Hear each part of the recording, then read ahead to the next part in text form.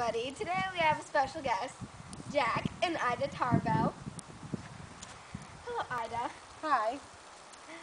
Let's start out with some questions. When were you born? I was born on November 5th of 1857. And where were you brought up? I was brought up in Erie County, Pennsylvania. Now, that's dirty. And where did you go to school? I went to high school in Titusville and graduated with highest honors in 1875. Then I went to Sorbonne in Paris from 1891 to 1894. And what subject interested you the most? The subject that interests me the most is science. Many people say you're America's first greatest woman journalist.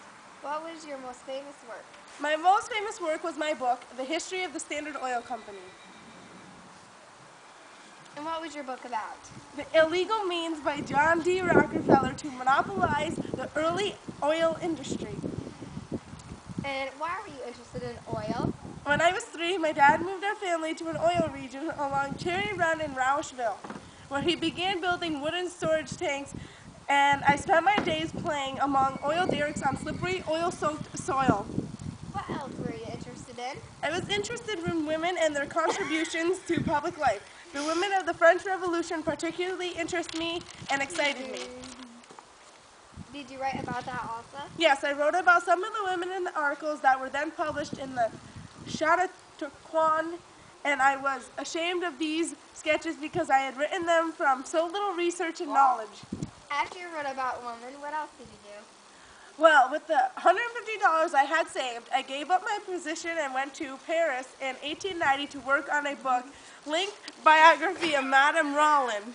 How did you make your money? To support myself in France, I was writing various phrases of Parisian life for magazines and newspapers in the United States, including Scribner's magazine and for publishers like Samuel Sidney McClure. How long were you in France, and what did you do when you were in France? I was in France for 4 years. Then I returned to Titusville to relax, but shortly after I arrived, I received a call from Samuel McClure asking me to write a short life of Napoleon Bonaparte for his newly launched magazine. Did you finish the story on Napoleon? Yes, before I was finished, Samuel McClure suggested that I be the editor of the magazine, and of course I accepted. How long did you be part of the magazine? I was part of the magazine for 12 years. The association led me to a long career of magazine as magazine writer, editor, biographer, and historian. What other things have you accomplished? In 1906, I became co-editor co-editor of the American magazine and took a new career as a lecturer.